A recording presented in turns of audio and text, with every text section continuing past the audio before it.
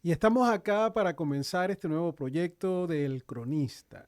Este podcast que es una conversación. Estoy sumamente emocionado porque detrás de todo el proyecto de Aarón y la sombra de Gog, de esta novela, de todo este proceso de escribir, publicar y ahora disfrutar de lo que es hacer pública una historia, tengo la oportunidad de trabajar en esta ocasión con mi amada esposa Karina, que tengo aquí al lado. Yo soy Nathan Elí para todos ustedes.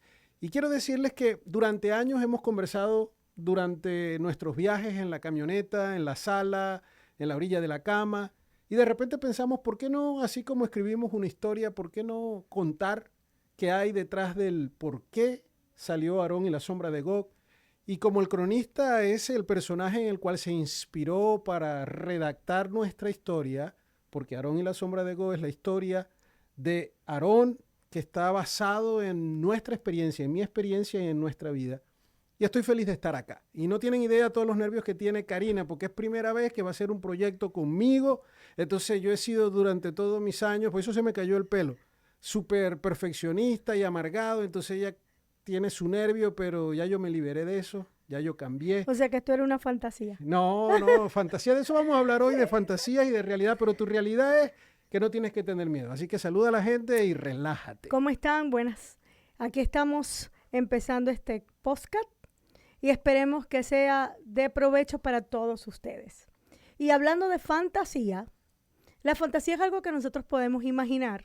Así como el tigre ese que tiene Exacto, encima. la fantasía la podemos imaginar, a veces invisible, a veces son experiencias que solamente están en nuestra cabeza.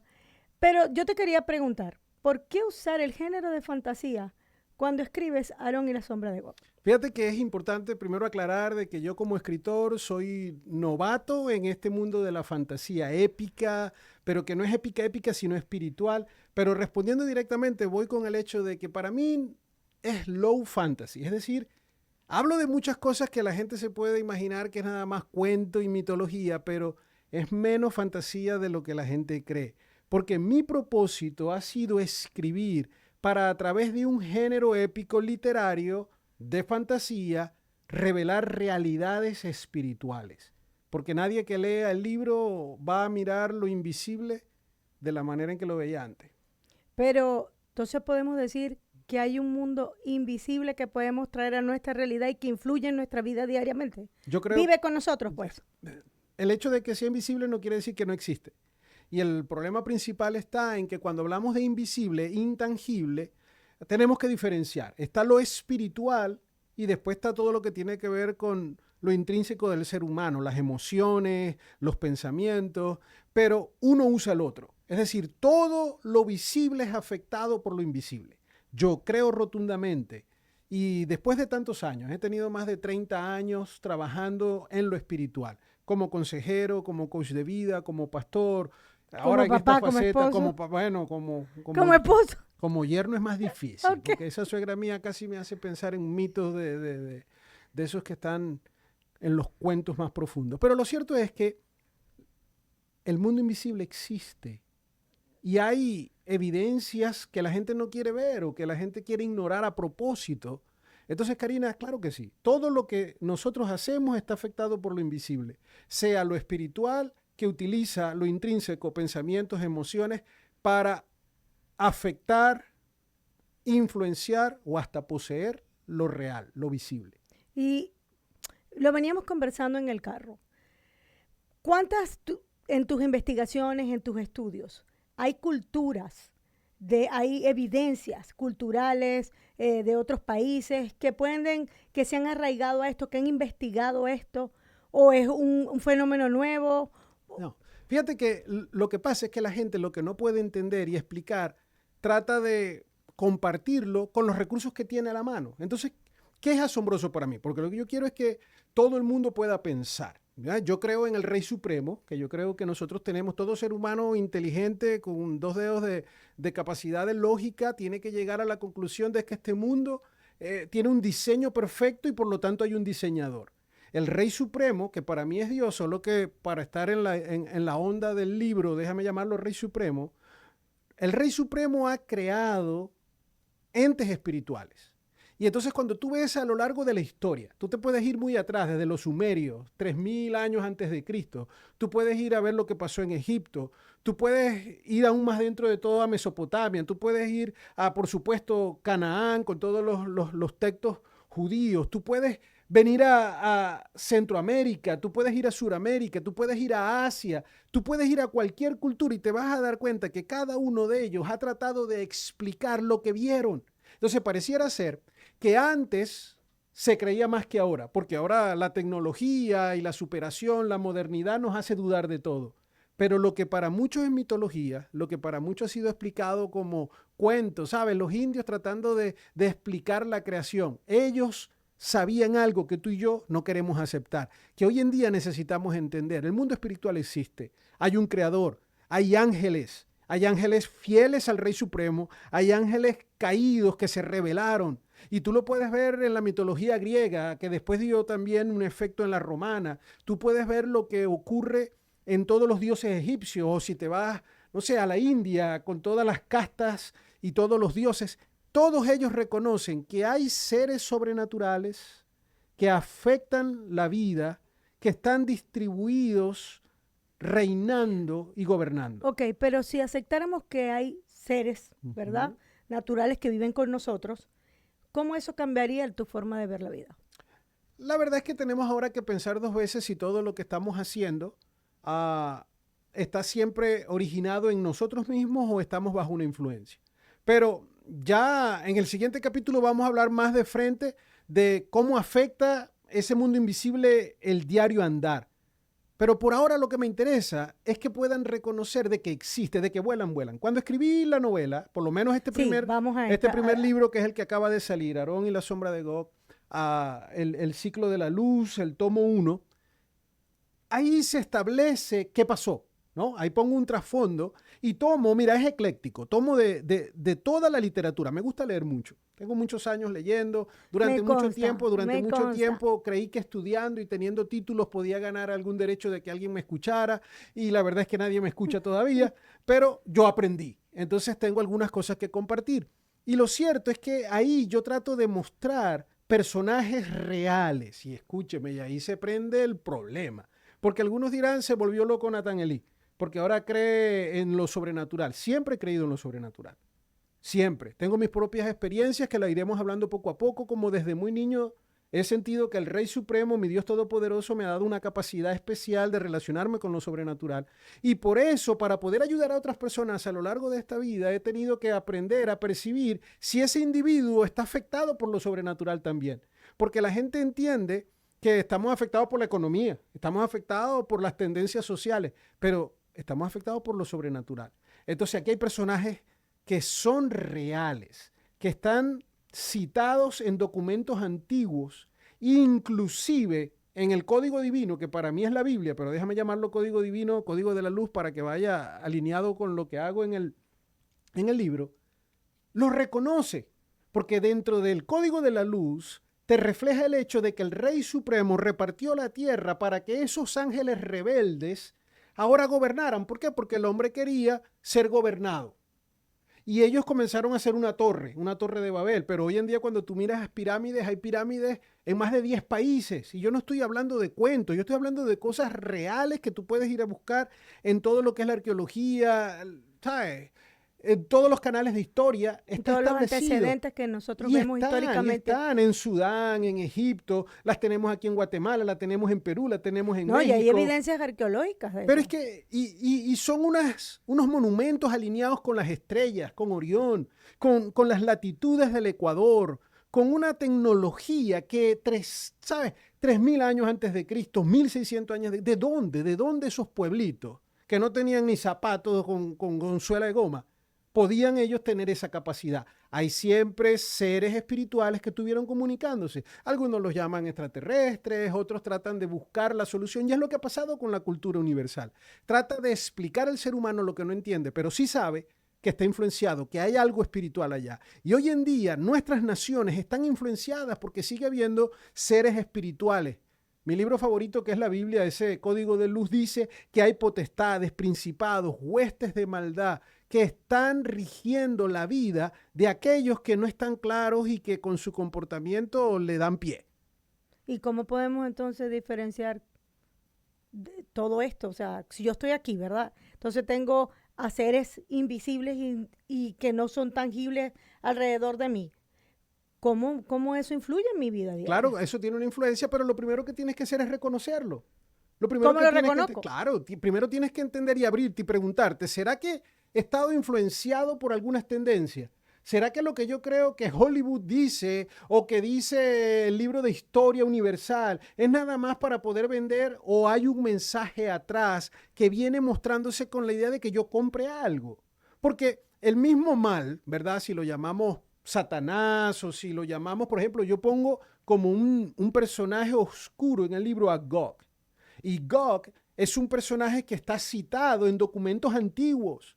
Inclusive mi libro favorito, que es la Biblia, lo cita en un par de ocasiones y lo utiliza como un tipo de maldad. Y eso es interesante, solo que tienen que leer el libro, yo no me voy a poner a venderlo aquí, pero te voy a dejar la curiosidad para que lo revises. Y hay otros personajes. Hay un documento muy antiguo, no canónico, pero con un valor histórico y con un valor espectacular porque inclusive los judíos del Segundo Templo lo guardaban.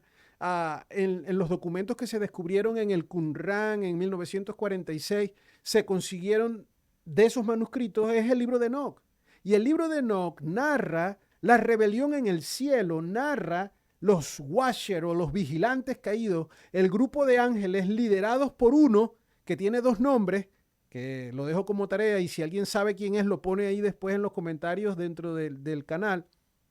Ese fue el que hizo pacto para rebelarse contra Dios y ese fue el que quería el reproducir los ángeles caídos, tener hijos con mortales, con mujeres. Y de allí los gigantes, los héroes y todo aquello que lleva a la mitología, todo aquello que, ¿cómo explico? Ese ser especial. Cada cultura ha tratado de describirlo de una manera, pero vieron lo mismo. Distintas perspectivas, muchos años. Ahí no había WhatsApp, ahí no había TikTok, ahí no había Messenger ni Instagram, ahí no había nada. ¿Cómo todas esas culturas describen algo parecido? Hablan de un concilio divino, hablan de dioses que se pelean entre sí, hablan de rebelión, hablan de lujuria, porque esos dioses lujuriosos querían estar buscando mujeres aquí en la tierra para poder procrear, hablan de la descendencia de esos dioses. Es decir, que todas estas cosas invisibles, ¿verdad? Que de lo que estamos hablando, regían las decisiones de las personas que lo creían. No sé si... Porque tomaban decisiones en cuanto a lo que creían. Claro, pero regir las decisiones implica ya un control, ¿verdad? Implica ya, y si hay influencia, y como te vuelvo a decir, Cari, lo que pasa es que te querés adelantar, a vos te gustan los chismes, ¿verdad que sí? No. Hey, calmate, porque ese es el tema del segundo episodio. En este solo me quedo con el hecho de que tú y yo necesitamos reconocer que hay algo invisible que tú no quieres mirar, porque nos da miedo, nos da miedo. La gente no quiere que se los lleven los aliens y los secuestren y le hagan experimentos. Pero, ¿de qué estamos hablando?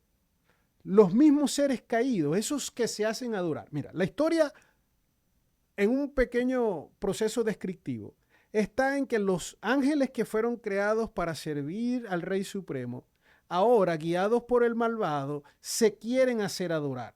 Se hacen adorar tomando el nombre y la figura de cualquier ídolo, cualquier dios, cualquier cosa, no importa cómo lo llames, ellos lo que quieren es que tú le hagas caso y que te postres.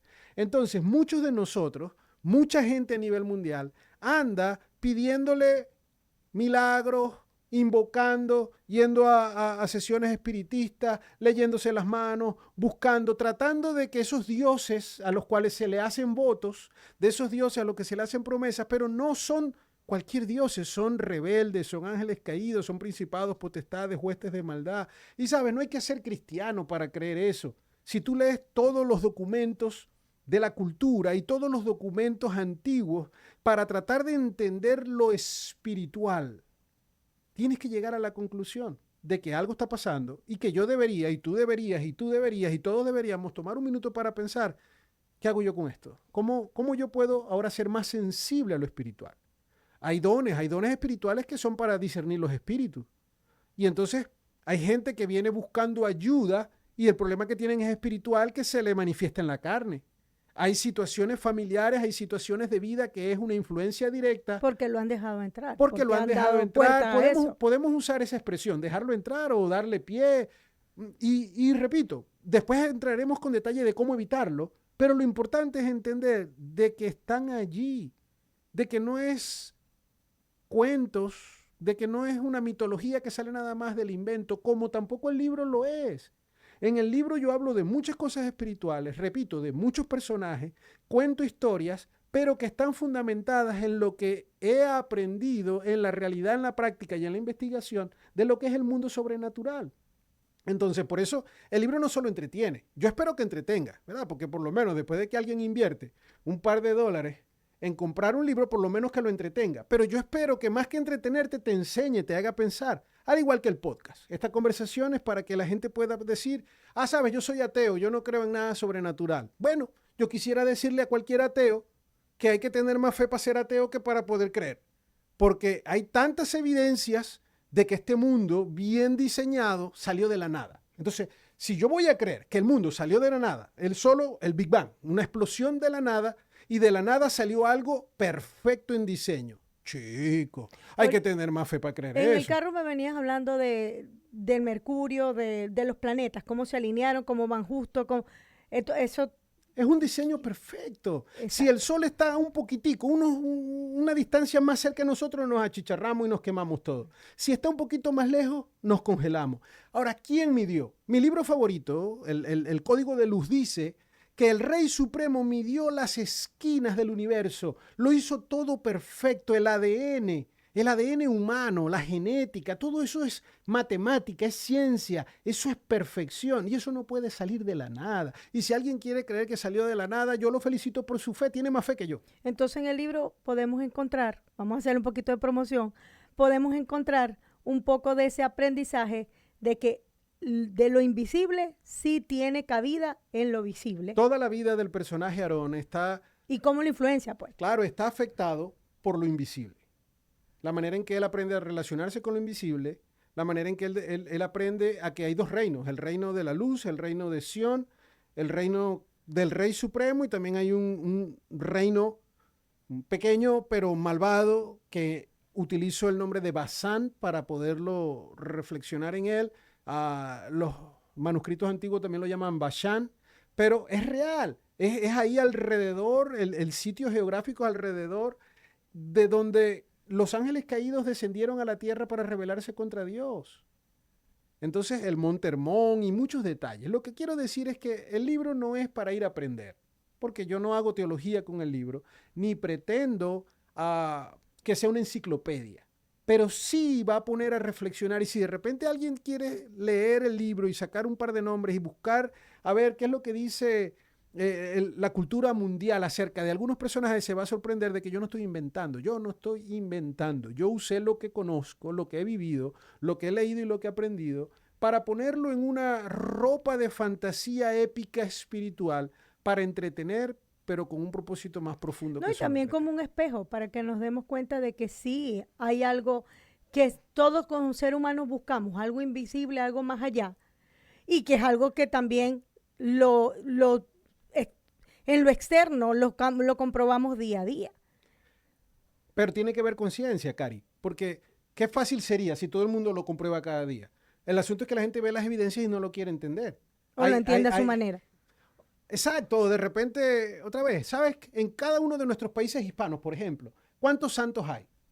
¿Cuántos santos hay? Entonces la gente ya no hay a quien darle gracias o pedirle, pero no se dan cuenta de que cuando no estás alineado con la luz, todo lo demás está en un mismo lado, ¿me entiendes? Si esto fuera el Clásico Mundial de béisbol, ¿verdad? El reino de la luz estaría bateando con Venezuela y el reino de lo malo que pudiera tener a todo lo demás con cualquier otro país que se nos enfrente, por lo menos por este año que ganamos, gracias al Señor y a la misericordia del Padre y a los muchachos que hicieron un buen trabajo. Entonces sí, queda súper evidente de que hay un mundo invisible que tenemos que echarle el ojo porque verdaderamente sí está con nosotros día a día y nos hace, muchas veces nos influencia a tomar decisiones. Y es esa búsqueda intrínseca que todo ser humano tiene en algo sobrenatural. Ahora, si se me aparece un extraterrestre, créeme que voy a correr. La pregunta es ¿a quién se parece? Porque el problema es que la mayoría de las cosas oscuras, vamos a hablar, el mundo del mal, de los extraterrestres. Chico, el patrón que todo el mundo tiene es Hollywood, es el cine, son las películas. El exorcista, entonces todos los endemoniados son así. No, chicos, yo he lidiado con endemoniados. Y yo he lidiado con situaciones de verdad, reales. A mí no me van a venir a echar cuentos. Y no todo es Hollywood.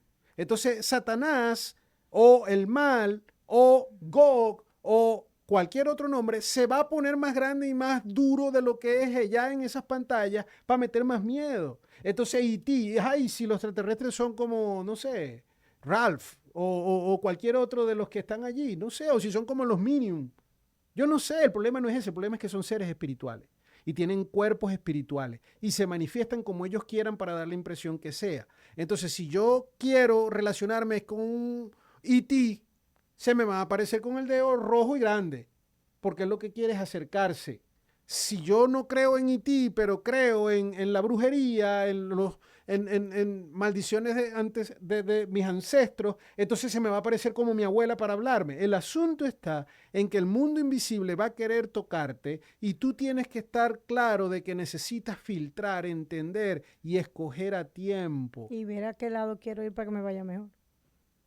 Necesitamos tomar decisiones, ¿no? Y en ese camino vamos, pero por ahora lo que yo le pido a todos los que están con nosotros, ¿verdad? En este proceso de hacerse preguntas, es hazte preguntas. ¿Qué de aquellas cosas que tú vives día a día sientes que son raras? Sientes que para un lado o para el otro, porque a veces nos dan unas ayudas especiales, porque el Rey Supremo es tan bueno que su misericordia ayuda a todo el mundo. Entonces, vemos ahí una ayudadita especial y todos se lo pedimos. Le pedimos a los ángeles, Señor, mándanos ángeles, Rey, mándame ángeles que me cuiden. Y sabemos que hay algo espiritual. El problema es que aceptar que hay un rey allá arriba, supremo, que rige y que es autoridad, implica que hay que hacerle caso. Entonces nos da miedito que si somos parte de los que reconocemos un reino, entonces ahora tenemos no libertad absoluta, que queremos libertinaje total, sino que tenemos que sujetarnos a un código y a un valor y a unos principios. Y ese es el detalle. Y es parte de lo que le pasa a Aarón en la historia. Tiene que aprender a vivir en base a los valores, pero no por solo disciplina, porque no se trata de ser moralista, sino de relacionarse con el Rey Supremo, de entender cuál es el origen, porque es una relación, no es una práctica. O sea que en el libro podemos encontrar una aplicación práctica de cómo una persona puede tomar la decisión de alienarse al Rey Supremo o seguir su camino, el que mejor le convenga.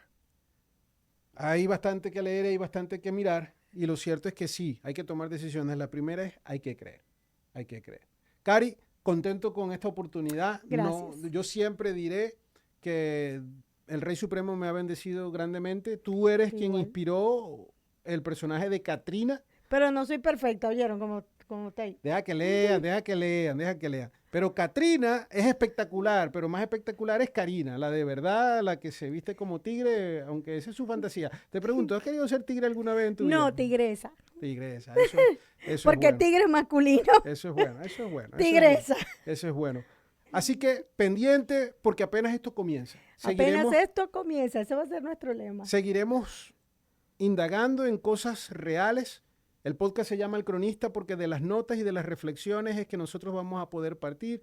Yo les pido, por favor, denos una ayudadita. Denle a la campanita, suscríbanse en el canal. Vayan a Instagram. Sí, búsquenos por las redes. Y entonces, si pueden y les sobra un dinerito, quieren invertir, compren el libro. Está en Amazon. Sí, está en Amazon. Y en digital es más barato que en físico. Y le firmo y a aburre todo, menos. Escúchame, y le firmo a todo el libro si lo lee. Si no lo lee, ¿para qué lo voy a firmar? ¿Para que lo revendan por ahí diciendo? Una firma electrónica. No, ahí vamos. Gracias por estar con nosotros, Gracias. Karina, te amo con todo mi corazón. Yo también. Y recuerden, de que vuelan, hay algo invisible que necesitas aceptar que existe, porque lo veas o no, ahí está. Y esto apenas comienza.